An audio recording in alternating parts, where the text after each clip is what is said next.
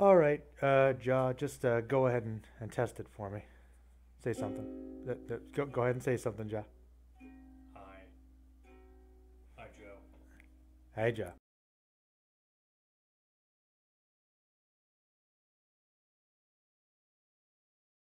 Action.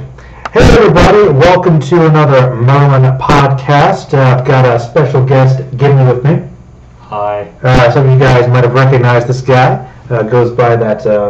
Actually, you know what? That's going to be the first question. But a little bit of backstory for tonight. We're recording this kind of late because we were supposed to do it earlier, but we were just getting really sidetracked, hanging out, and forcing you to do so many different projects in one night. Hey, you started doing the music stuff without me. Hey, I like the music when I'm not having to be forced to record it. Oh yes, yes. Gimli's going to be part of the rap album project. He's a guest vocalist on a couple tracks. Kill me now. He's so embarrassed, and I apologize if it's a little quiet, but the last handful of podcasts that I've been doing, I've been using the Blue Yeti microphone, but it's just been really super sensitive, and most nights, no matter how I play with it, no matter what settings, it seems to just be picking up all this background noise. We were stretching across the room, all kinds of stuff, and so I just said, you know what, the headset sounds much better. I know you're probably a bit quiet, but it's much better than that annoying background noise. But yeah, that was that. But anyway, we've got a couple of minor things to talk about, and then I'm going to have some questions because I got to interrogate Gimli here. But the first one is, and I've been doing this a lot, people that come on here on the channel, we kind of got a vague fantasy thing going on with a lot of D&D stuff, and your name typically is Gimli. Yes. Now obviously Gimli is the dwarf character from Lord of the Rings. Now why have you chosen that name as kind of your moniker on here? Well, is there a little bit of a reasoning for it? Obviously you got the beard. Do you identify with the dwarves? What's the reasoning, sir? It's because I ended up playing dwarves more than anything in Pathfinder. And I couldn't really think of a name. So it sort of just ended up as Gimli, but then it ended up being more of Gimli, son of Gimli, father of Gimli, and or one of my favorites was Gimli the Hermit. Gimli the Hermit. He was a dwarf sorcerer who I do remember him. Lived by himself in the middle of the mountains and didn't bathe. Oh yeah, he was a nutty old guy. Yeah, nutty old guy. Cast crazy spells. Mm-hmm. No, I remember it actually was kind of an interesting thing. We kind of go through a couple of these different campaigns, but they're sort of almost like a linked universe. Sometimes they take place in Troll's main universe, sometimes with the old party, and sometimes they would be kind of connected. And I think pretty much every time you played a dwarf, you played a Gimli character, right? Most of the time? I think the only... Nope, even my NPCs when I run is, if it's a dwarf, it's a Gimli. A Gimli, and it kind of stuck, and it kind of has gone through the history. It's almost like they're connected somehow, vaguely. It's always connected to the same line of Gimlis. And is that be a good story? Yeah, I was actually for a game. Yeah, that would be connecting them all. I mean, you didn't have to run that one. Oh yeah. Keep track of all your characters. But yeah, no, that's good. This might be an obvious answer. Is the reason you chose that name just because it was the only dwarf name you could stick with, or only one that I could remember really? I think he probably is the most famous dwarf in fiction, except for the Snow White and the Seven Dwarfs, maybe. Yeah. Well, even then, maybe. Or I guess it's a different type of dwarf, but I guess technically Peter Dinklage in Game of Thrones, maybe, but slightly different. Yeah. This wasn't in the original lineup, but why not? Briefly talk about D&D. Of all the campaigns in Pathfinder and other systems, what was your favorite campaign or campaigns that you played in? Ooh. Or if you can't think of that one, how about your favorite character? You might have a couple. Or you can answer both. I have a couple. Starting out with campaign-wise, it wasn't a dwarf. It wasn't a dwarf? No. Okay, who was it? It was my rat folk character. Oh, with the mithril pots. I was playing a rat folk whose name was was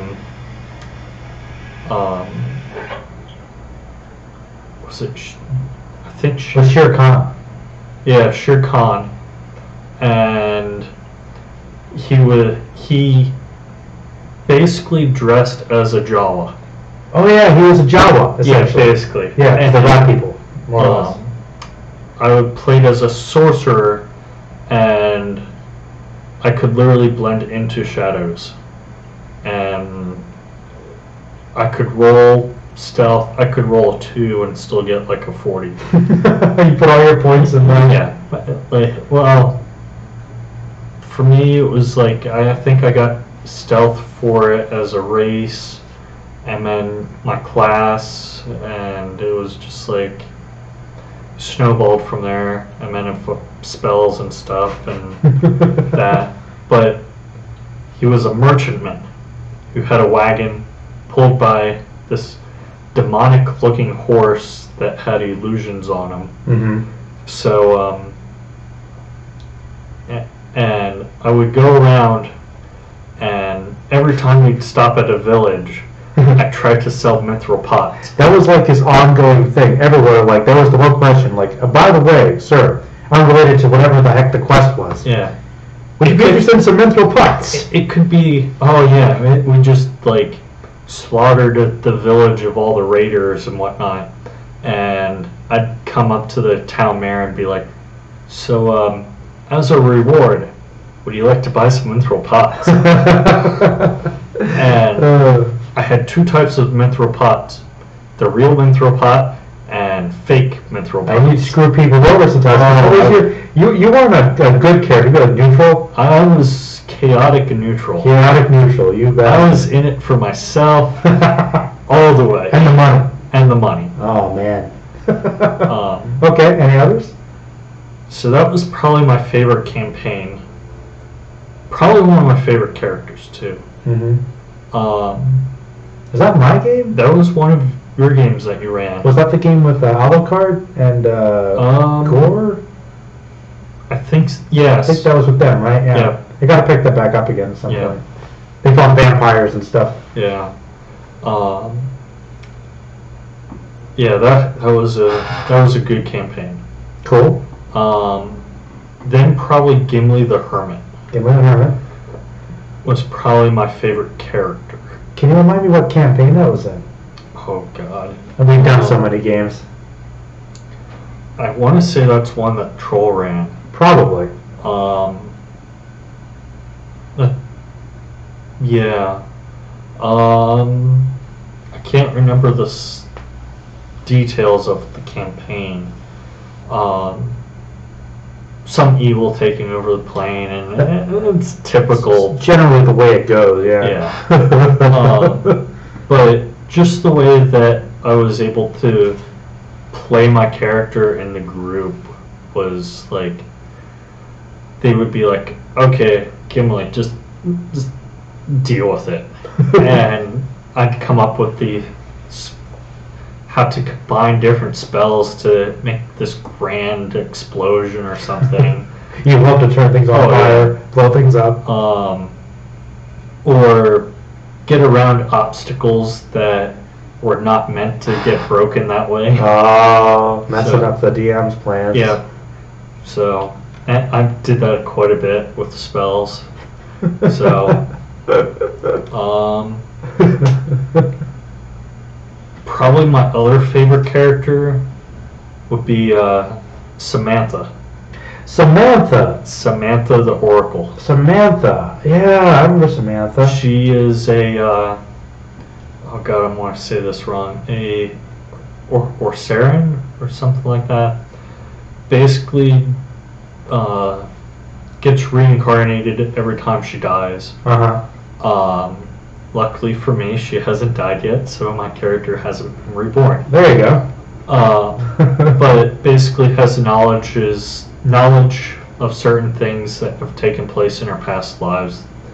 But she's an oracle and has, I think, 2 levels in rogue. I did that as sort of I want to be sneaky, but not sneaky and still cast spells. I gotcha. And so, in doing that, I was able to cast spells. Though the one time that they needed a rogue, I was absent. Oh, really? Yeah, some trapdoor puzzle thing. Oh yeah, if that was one of Troll's games, a lot of times he didn't really put a lot of traps into his games, unless there's a rogue there. But when it does happen, you really need a rogue, and yeah, it's because literally I heard that took a couple hours. Well, what it should have. A lot of times when we play, we try to overthink things.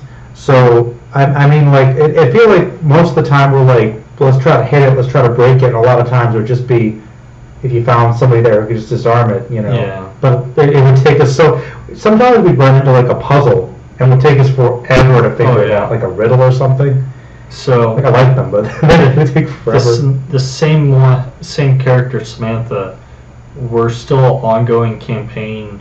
It's not too often now that we play this one, but we got on board a spaceship. Oh, yeah, the space game. Yes, the space game with Samantha and stuff. Yeah. Mom to Draxel is my character. Yes. Yes. We got stuck in an elevator. Oh God! I don't know if we talked about this before on your channel. Well, yeah, we kind of. All right. Brief sidebar. Yeah. One of the little segments that I kind of wanted to do was like D&D stories, where my friends and I would get together and just kind of talk about our different things we were into. I tried to do it a couple times. It never seems to get that many views, so we can just talk about it here. Yeah. But yeah, like it's not the main quest Troll does, but it's. Like, or is that the main? No, this is the main. That it's the main characters from that game, and recently we got into another quest where we ended up on a spaceship. We met aliens. Well, we were abducted by aliens. We were abducted by aliens, and we're stuck on this big ship. And yeah, we well, of course we're D&D characters in medieval tech, and we come across an elevator. We get stuck in it. Go ahead. Yeah. So we get stuck in an elevator. And since I'm able to, as an oracle, I can bring things back to life sometimes. Yes. I brought back the alien and made it into a wondrous item and put it on this like giant keychain like thing that I carry around. His name's Fred. Fred. And the cool thing about it, one of my favorite NPCs that we've come up with, he's like a gray, like the aliens that ran the ship. They've got all these weird things they've collected, so we run into weird monster creatures. But the main ones were gray. He's a disembodied gray alien head that is alive. Yeah. And he's fascinated on the fact that he's dead, but yet somehow alive. So he helps us out because he's just fascinated by it. Exactly. And we don't know anything about the technology, so he kind of helps us get around some things. But in order for us to use this elevator, he's like, oh, just use the panel. And so we're like, okay, how do we use the panel? And it ended up as Fred explaining that it uses electricity. We don't know what electricity is. We're like, what's electricity? And he's like, you know, the lightning bolts that shoot down from the sky. And I'm like, oh, lightning bolts. Lightning bolts. I can do lightning. In an elevator. And so I use spark. And sadly, or not so sadly, the DM, or troll in this case, was like, do a knowledge check. And he's like, yeah, you know better not to do that. And I'm thinking, and I'm like, but we have no clue about technology. Yeah, like we wouldn't know. So Right. no, don't give him the knowledge check. Yeah. But it works. So, and also with the elevator, I almost killed myself by phasing through the elevator into space. Yes. To find out where we were. Because he didn't know we were actually in the void, in space, and so now trying to phase through it and end up on the other in space and die. Yeah. And I'm sure we talked about the bunny. Oh, too. The bunny is elevator. a recruit. Oh, yeah. Oh, God. So we finally open the elevator, but You gotta explain the backstory a little bit. Out of game. So Troll likes to bring these bunnies in as an enemy. These bunnies are horrific things that will almost wipe a party. He's inspired by the movie Antichrist, by the way, is where the type of realm these bunnies come from. I think all but once have I almost died from the bunnies. The bunnies, whenever he brings them out for special events, almost always kill us. Yeah, like I typically try to get as far away as I can from them and help the party. Mm-hmm. Keep his distance. Yeah, because I'm usually a spellcaster, so I'm weak and fleshy and easy to hit. But so in one particular instance, Merlin here wasn't feeling up for a game. Oh yeah, I was tired of that. So Troll throws bunnies at us. I text Merlin here. I'm like, dude, you gotta come. Merlin's like, no, I don't feel like it. I just send the word bunnies, and he's like, I'll be there in 10 minutes. Not 10 minutes later, but like maybe like 6. I was like, yep, I'll get in the car. 6 minutes later, we hear a knock on the door. I'll drive over to Tiefling's house and he's there. We're fighting bunnies. I'm like, all right. So this group is like petrified of bunnies. If we see a bunny, we kill it. It doesn't matter now. Because we don't trust him. Right. Anytime he throws a bunny. It could be like some little kid's pet. Little bunny. We're gonna kill it. We're just gonna kill it. A bunny. We don't take any chances. Like, we could cast all the spells and stuff, determining that it's like, it could be like holy of holy bunnies that are like angelic and stuff. We'll kill it. Just don't trust it. We don't trust them. No. Which will probably backfire at some point if Troll ever watches this. Yeah, he'll probably, well, next time, if you kill the wrong bunny, you'll all die or something like. Which will be hilarious. Yeah. Because we'll still be a threat in our detention. Yeah. So, can't win. Opening this, right before the elevator door opens, I'm like, okay, guys, I don't know what's behind this door, so just be ready. Everybody gets ready, shields or swords up and stuff. The doors part. Sitting on the floor, like right in front of it, is this little cute, little fluffy white bunny. Just there. It gets red paste. We just red paste on the wall. Because literally all of us all but like 2 of us hit the rabbit all at the same time. Everything we had. Like it was just. And it turned out, whatever it was, probably just a normal bunny. It was. We just stole one, and it was just reduced to paste. Yeah. Because we were just, like, even though technically it broke character, because our characters in that particular campaign wouldn't necessarily know about all the other demonic bunnies from the other games. Just, it bleeds through universes. Yeah. We're just like, no. Like, I think in that universe we fought 3 bunnies. Mm-hmm. So we're like, yeah, we're scarred from bunnies. Just no matter what. But getting sort of back into Samantha then, she would collect interesting items and sort of sent them to a collector to get them stuffed and sent back to her, I guess, convent or temple or whatnot. Yeah. And like I think I was able to send back a stuffed chimera, a stuffed yeti, just random stuff. Like, but this guy would do it, and yeah. But yeah, Samantha's probably one of my favorites. Samantha's a good one. Do you like our twins? with the chains. You ever talking about that story? Was that Nick's game? That was Nick's game. Nick's planar shifting game. We did like one of. What? It got mad at us. Because he got mad at Merlin and me.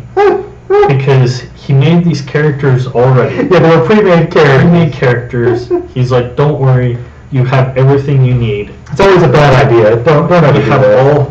You have the equipment and everything. We don't like that typically. We don't. We don't like that. So on Merlin's, you were female, right? Was I the female? I think so. Maybe. We were what, two elvish monk twins or something? Two elves who were brother and sister. Demonetization. Okay. So, warning. Sorry. So you had in your inventory a singular tent. Okay. Going camping. We gotta put up camp for the night. Okay. Me, I had one item, and that was a set of chains. I'm sure you can guess how that went for night when we set camp. Yeah, that game ended pretty much there. I'm sorry. I think Nick got so bad because he did put a lot of effort into that game. We just kind of messed around with it, like whatever. Yeah. The twins. That's not one of our favorites, but it's something we never forgot them. No, never forget it. Definitely not the favorite, but good memory. Good memory, definitely, man. All right, well that's good. Okay. All right, man. Well, we did have a couple general things we want to talk about, just some kind of news items, and then we'll probably kind of wrap it up a little bit. But there is this one article you found from a little while ago. It was about gaming addiction being like an official thing. It's like a mental disorder now? I saw this on BBC News app. Gaming addiction classified as a disorder by WHO. Okay. You want to read a little bit? World Health Organization. There you go. I'll give you the gist. Okay, what does it generally say? It says gaming addiction is to be listed as a mental health condition for the first time by World Health Organization. Did they just do some recent research or something to come to that conclusion? I think so. I didn't get to read the full article. It's an interesting discussion, though. Oh, yeah. Well, you know what? I actually have something to say about that, I think, because I'm a little bit more of an amateur gamer. I mean, on that note, Gimli, I know you're a much bigger gamer than I am, but it would be interesting to hear your opinions. We're going to try and do some Let's Plays or something. Maybe we'll do one tomorrow if you come over, but anyway, well, being someone who does play a lot of video games, how do you feel about the classification? How legitimate do you think it is? How I don't know, but based on your own experiences, what do you think? Because I know just about anything, any activity could become an addiction. Oh, yeah. And I know that it's kind of one of those things that people have joked about to some extent, like, oh, that person that sits there playing like an MMO or something for days and days and for hours on end, and doesn't leave, doesn't go to the bathroom, and I believe some people have gotten sick or even died in some places. I guess I'm kind of surprised that it hasn't been taken as seriously lately, but maybe it just hasn't been that common. What do you think? Because gaming's so embedded in our culture these days. I think it's become so popular and so mainstream now that it's gotten more of the attention and stuff that, like, okay, sort of a bad example, but bodybuilders. Okay. Okay, so other end of the spectrum here. a complete opposite end. They go to the gym hours and hours on end. It's healthy, right? It's healthy. Okay. But at what point is it unhealthy? Like, starting out, you may have that relaxed feeling that you're accomplishing something. And that's true. It's good. It does help. For gaming wise, it may help you relax. But then once you get used to it, you want to keep getting that feeling. Mm. And I think that's okay. So say you're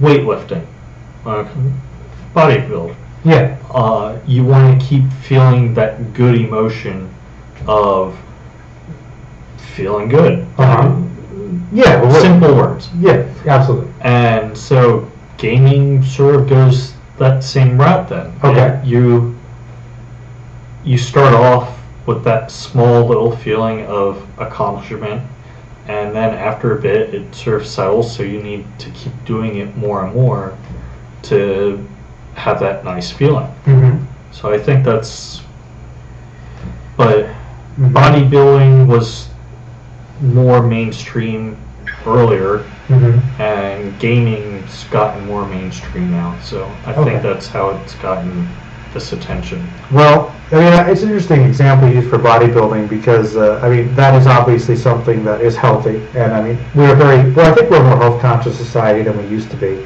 But, I mean, I've known people that have gotten to the point where they try to exercise to the point where it's unhealthy. And like anything else, I mean, if you bodybuild, you know, you have to give yourself those days to relax. Right. And not work on the muscles, maybe work on cardio or something else. Because otherwise you're just going to tear and tear and tear, and your muscles can't heal, and you can't get better. Basic stuff, obviously. Yeah.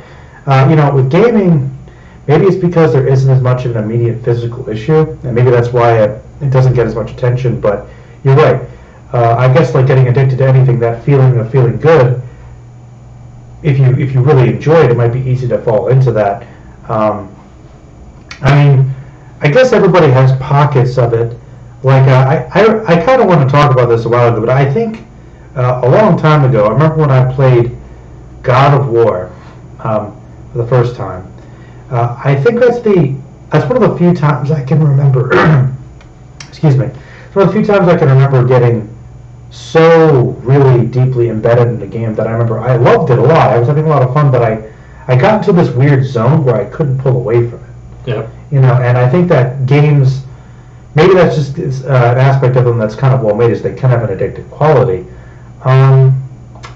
Yeah, so I think it could be potentially bad. Do you think there might be other contributing factors to gaming addiction specifically? Possibly. Like, I mean, do you think there's a way to kind of avoid it, or I have the symptoms that they say. Okay, go ahead. I'm going to take a sip here.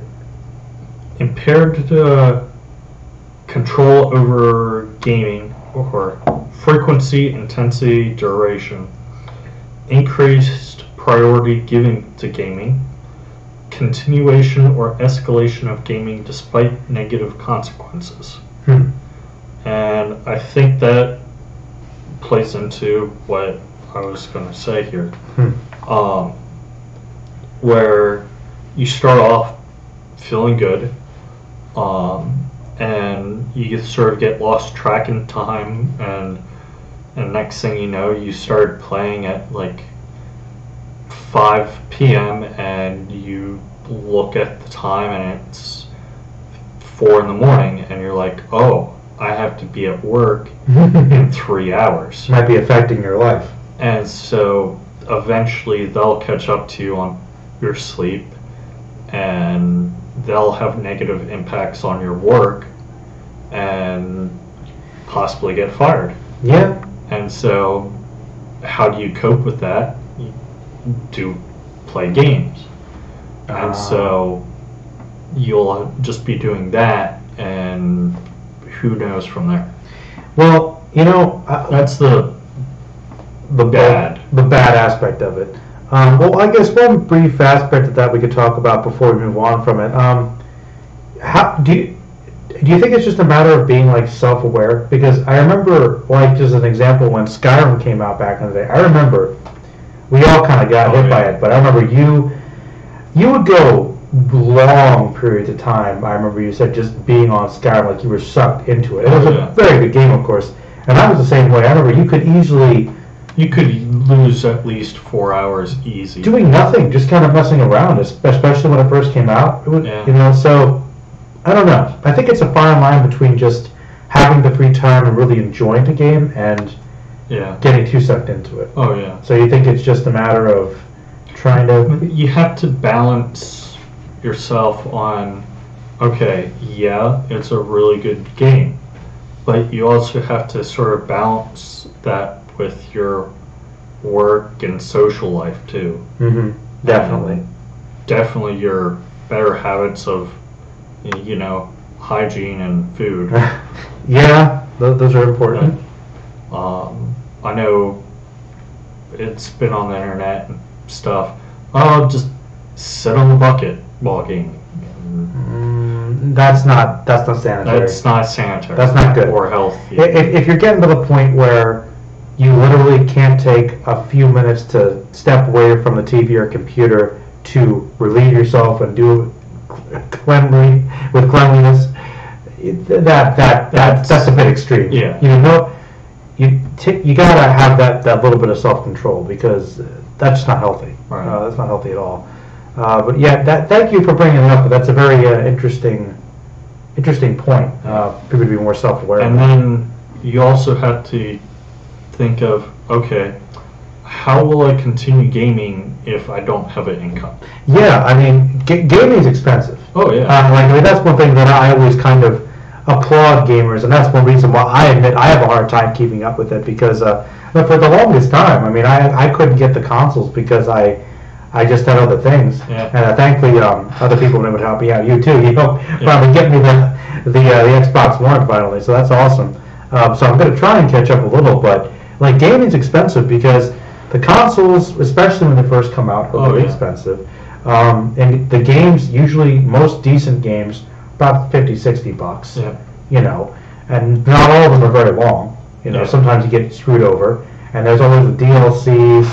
And then if you're an online gamer, you got to with your PC, you got to keep upgrading. It's expensive. Oh yeah. And people get internet.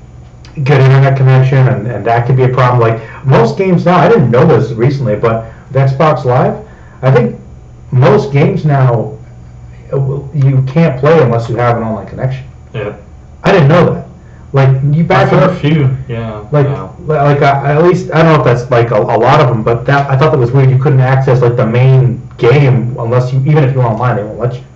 And I think it's so that they can tag you in to buy more things. Yeah. I get it from a marketing standpoint, but I want to buy the game, play the main game, and if I want to get other stuff, that's fine. It's almost like if you don't have internet, you're screwed. I guess you need it, but what if it's down for a day or something? Yeah. Bad connection.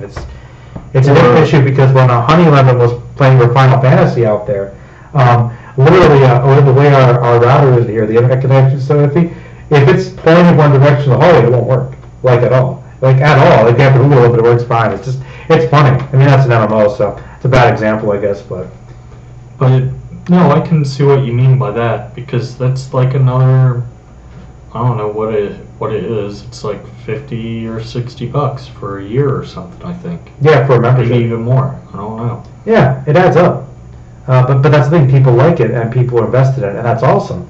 But it's an expensive thing, and if you really care about it, you got to watch it though, because if you get to the point where you're gaming too much and it interferes with other aspects of your life, you won't be able to game at all, because you won't be able to pay for the game. You gotta balance that, even if you're a passionate gamer.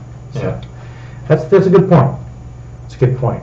All right. Well, moving on to something hopefully a little bit lighter. We're going to end the night, maybe the last 15, 20 minutes here, talking about some comic book stuff.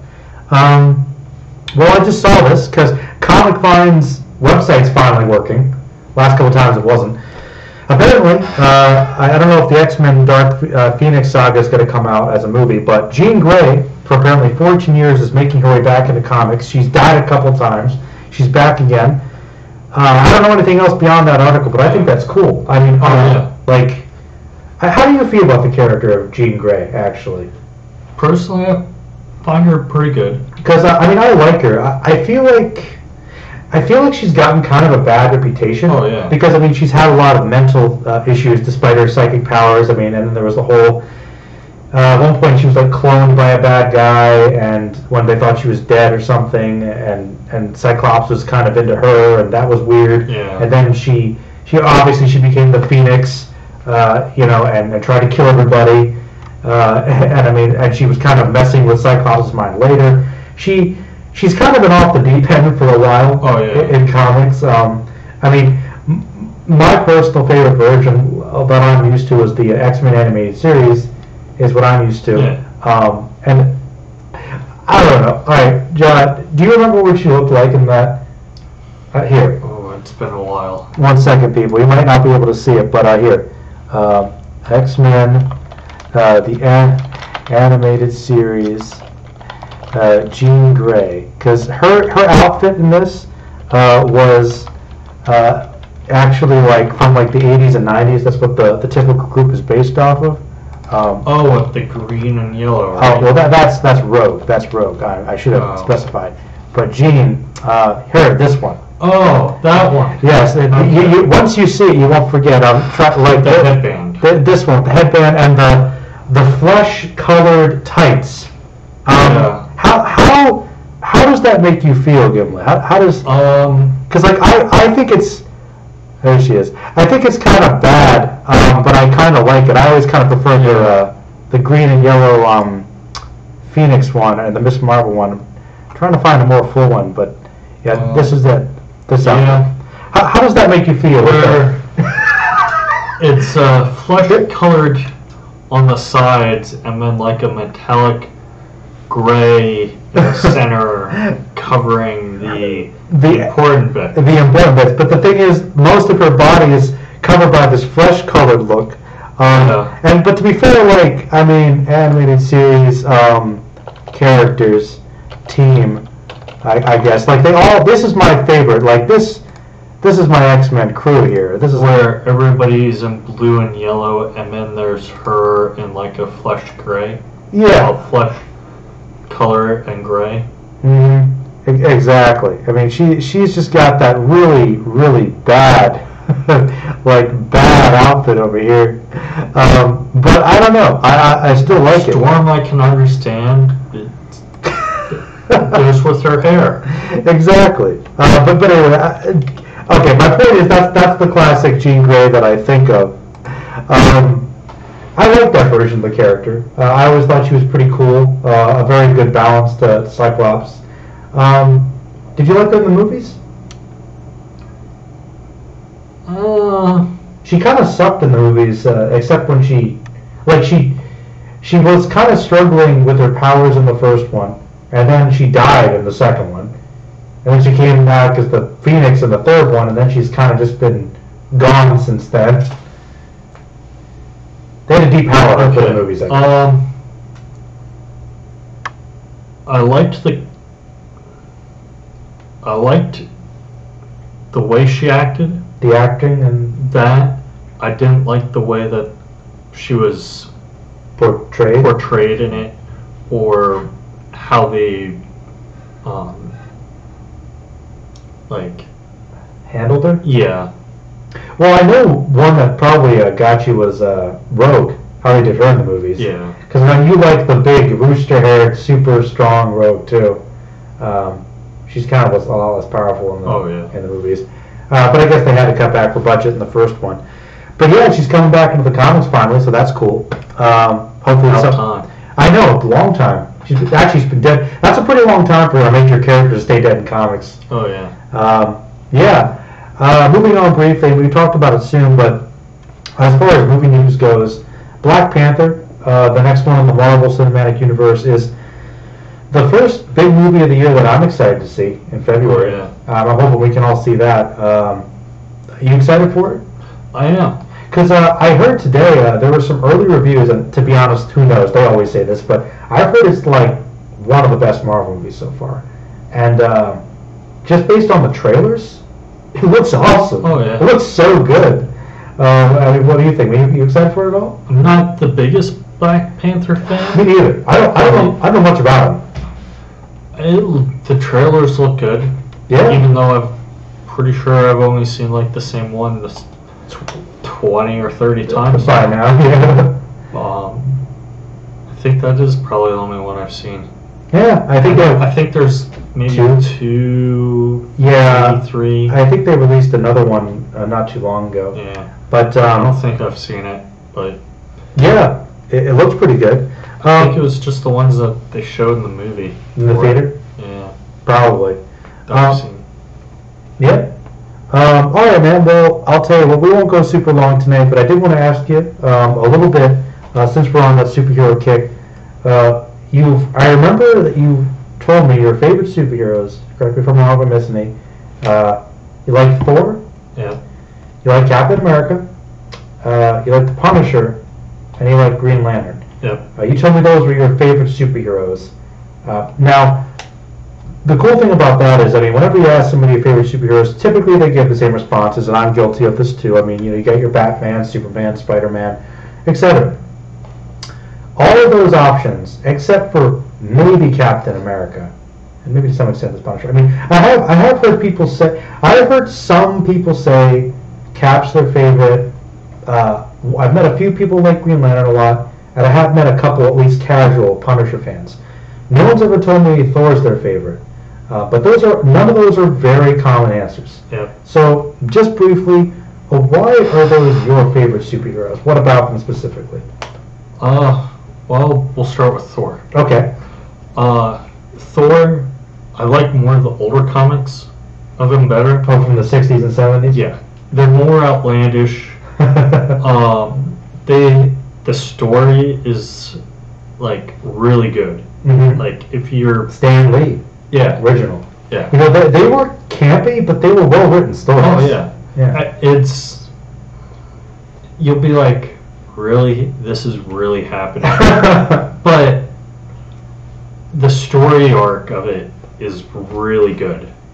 The drawings can be a little funky in colors. They're simplistic. Yeah. But old comics were still very colorful. Sorry. Oh yeah, the colorful, just very out there with color. Definitely. Be ready for some weird colors. Okay. But that and just having sort of that Norse mythology too mixed in. You're really into that. Was really good. Okay. That and probably one of my favorites with Thor is with Beta Ray Bill. Beta Ray Bill. Probably one of my other favorites. Oh, that's an obscure character. Yeah. Beta Ray Bill's pretty awesome. Yeah. One of the few other people that can pick up Mjolnir. Right. Horse alien dude. So. That's cool. Yeah. Captain America. Well, some people might say he's just. Is he? Well, all right. Some people, like my initial impression of Captain America would have been like, oh, kind of boring, goody two shoes, lawful good guy. But I think everyone's got one of those heroes they like. I mean, a lot of people, it's Superman. Me, it's Cyclops. He's that kind of guy, except for some recent comics. And I mean, for anime, you've got like Goku. Yeah. Dragon Ball is like, really good character. But is he just? Is just something about that upstanding? He's sort of. I kind of like his World War II comics, where he's actually fighting Nazis and Hydra. Hard not to get behind that. Right. Some of the more recent stuff I don't really care for. And going back to Thor. Okay. I also like the Thor comics where he's having the walking stick. Oh, you like it when he had the other alternate personality, Yes. when he was the Doctor? Yes. And he Thor kind of possessed him and transformed him. Because they did away with that. I don't think a lot of people like that. They just like him to be Thor, and they did away with the other characters. The reason I liked that was because the other character, if I remember right, he was a doctor. Mm-hmm. And he'd just end up in random places and be like, huh? How did I get here? And you like that dark comedy of it. That, like, what is going on? That's awesome. I didn't think about this. So this poor guy's tortured, getting possessed by Thor. It's kind of like the Hulk, except his guy isn't quite as angry. Right. But Captain, it's sort of just my guilty pleasure. Okay. Hero. Feel good hero. Right. Gotcha. All right. I'm torn on which one to do next. Well, all right. Your choice is this. Okay. All right. Well, which one would be the best closer? Because I mean, if you do the next Green one, Lantern. okay, he's gonna bring off with the one DC hero that makes it to your list. I can't guess this one. Why? Is it just the magical angle? Just because there's so many of them. Okay. All right. So let me backtrack here. There's an asterisk with this one, a caveat. So you like the Green Lantern core as a whole, the concept. Yes. But okay, that's cool. You can expand on that. But is there a particular main human Green Lantern that would make it onto your list?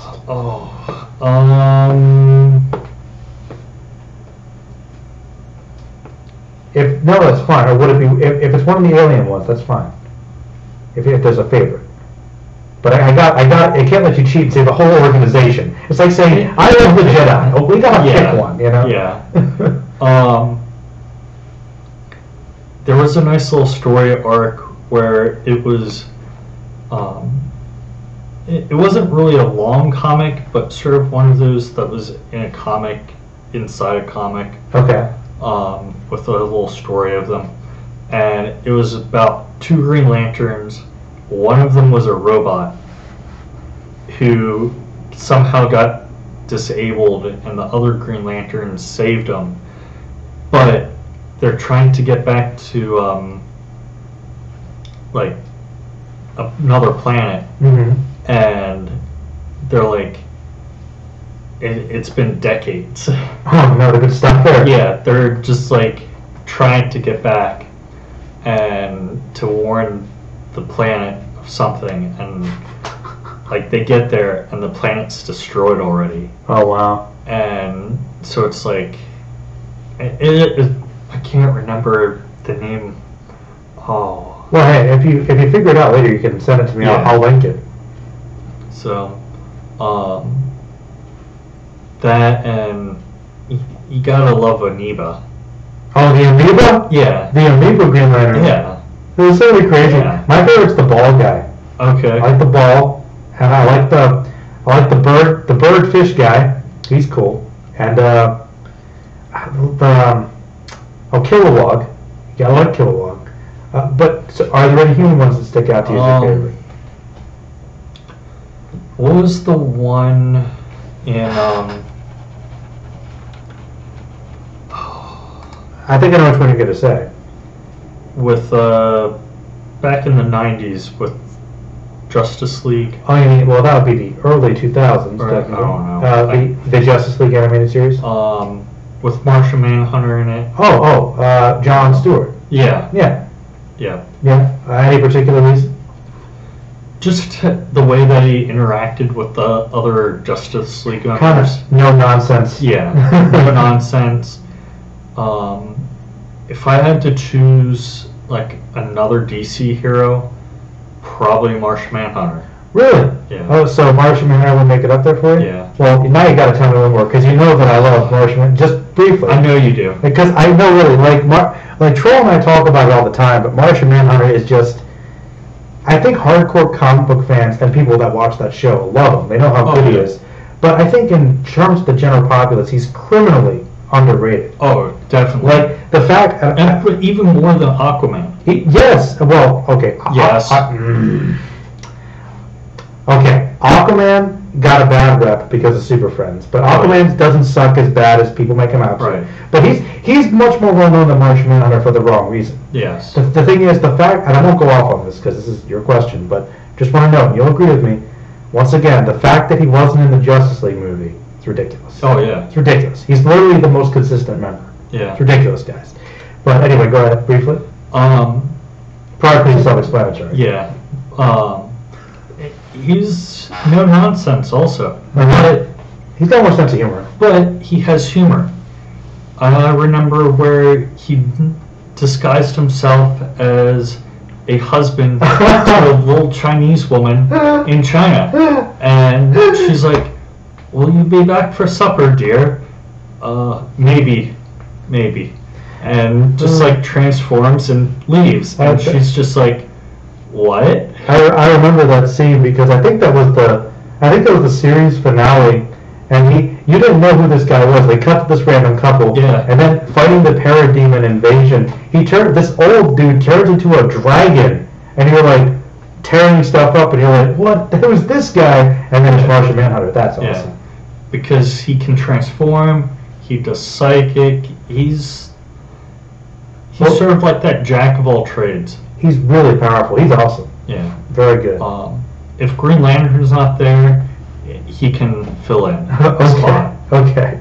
And so generally, why would you like the Green Lantern? You didn't really answer that exactly. Is it I think it's more of just the way that they're actually able to sort of send different Green Lanterns to different sectors, and they sort of have that organization set up where, okay, you control this part, you take care of that part, and it's a little more structured. So you like the fact it's almost like a superhero police force kind of thing? Okay. That and the ring. It doesn't like the ring. It's a magical thing you can make anything you can imagine, essentially. Yeah. Cool. We know that leads. Yeah. He's going to take a sip for this, and as will I. Almost done. I remember I told the girlfriend it wasn't going to be that long. I know. I feel bad too now because I'm tired. It's okay. Well, just a few more minutes and wrap it up. Wait, who will you finish off with? Punisher. Why do you like the Punisher, Gimli? I feel like I think I know. I know. But you can explain to them. Because he's literally no nonsense. If you litter, you'll be punished. You will be punished. That, and I know this will make you mad, Merlin. Oh no. Where his first appearance, trying to kill Spider-Man. Yes, the original appearance of Punisher is he is trying to kill Spider-Man. He's a Spider-Man villain originally. Yep. Though technically, a lot of times Punisher's kind of a dumbass because he, at the time, people thought that he killed Gwen Stacy, and so he was going after him because he thought he did. Yeah. It was not him. It's Green Goblin. Yeah. But so technically, the Punisher's wrong a lot of the time because he's not thinking, dude. Yeah. That's because he has his oh god, I can't. PTSD and other issues. No. His friend does the computer. The tech guy. Oh god, I'm tired. I'm drawing blanks. All right. Punisher's sidekick is what I'm going. I know you're talking about. Is it Circuit or something? Sure. Punisher. He probably on the new show somewhere. Yeah. Punisher's sidekick. His name Microchip. Yeah. Microchip, the old dude in the van. Yeah. Right. His super van. Yeah. So he's the smart one, sort of. He's kind of the guy he's the conscious too. Like, yeah. Frank, are you Frank, going too hard here? Frank, you don't do it, Frank. But why? Because that'll bring down the whole building, Frank. Fine, I won't use the RPG, Frank. Or microchip. But he actually kills people. All right. Well, okay. Well, let me ask you then. Does that mean he's a superhero? Because superheroes really don't kill people. I think he's generally considered more of a vigilante. But overall, yeah. But I guess it's my opinion, at least, where, okay, you have this supervillain who's killing like thousands of civilians. Would you rather just lock him up and escape again, or would you rather just, have the Punisher kill him? And just like save all those more innocent lives. So you're saying you think that Punisher is more effective than any other superhero? Yes. Well, okay, but you do understand that that kind of breaks the mythology of the superheroes. They're a good person that doesn't kill people, and also, see, this is one of those arguments that, and I won't go on, but the whole argument of why the superheroes don't kill people. There's this whole philosophical thing about not crossing that line, but the real answer is very meta. It's because they didn't kill all your villains. There wouldn't be any more comics, right? Or they'd have to work hard and keep coming up with new villains, which they're not going to do. Yeah. Because marketing. But yeah, you're right. But that's. It's true. But you like that. You're like, he's the guy that is the guy you really want out there. Like, hey, if there's a guy. Actually, It's probably not the one I would want out there. Oh, he's nuts. He's illiterate potentially. What's the comic that I gave you? Oh, the Destroyer. Destroyer. It's kind of almost like a Punisher satire. Yeah. That's who I would want. Okay. Well, it's because he was a good guy up until he got to that point, and then he's just like he killed people in his prime too. He did, but he really just went off the deep end. Oh yeah. But he's like, you know what? I'm settling. He's like, things. I'm old. I'm retiring. I'm just gonna kill my villains now and get it over with. Exactly. Now that was a good one. And if you want a good read, who's not the Punisher, look up Destroyer. I think it's just one comic. I think that is a one shot, but I can link that too. That is one. That's pretty good. It'll be there. It'll be down there somewhere in the video. Yeah, man. Well, thank you for enlightening everybody on and expanding on the favorite superheroes. We kind of discussed that a few times. Yeah, I guess we can wrap it up. We got getting close to the hour mark here. Any final comments or thoughts? No, I think that's it. All right. Well, Gimli, thank you for being guest again on the MerlinCast. I hope to have you. Hope to have you on again sometime. I'm sure you'll be kind of quiet in the audio, but it's fine. Better than all the background noise until I figure out what's on the mic. But anyway, guys, yeah, that's going to be ending the podcast for today. Please let us know if you have any comments or questions about anything we talked about, suggestions for future videos. And yeah, I think Gimli and I might be doing some Let's Plays. They might be kind of just janky. For old school, like Vine videos. Yeah, might be just doing some setting up the camcorder and recording some Battlefront or Time Splitters or something. But hopefully, I want to do some more Let's Plays and maybe do some newer games. But yeah, we'll see. Maybe I'll have you in for some of those. And I want to do more beer reviews. Oh yes. Do they have any more Game of Thrones beers, or is that a very limited thing? I think there's one that's out there, but I haven't checked for a while. Because I enjoy doing those. But yeah, man, I'll probably have you on again, and I'm going to say good night. So say bye. Bye. Stay magical, everybody.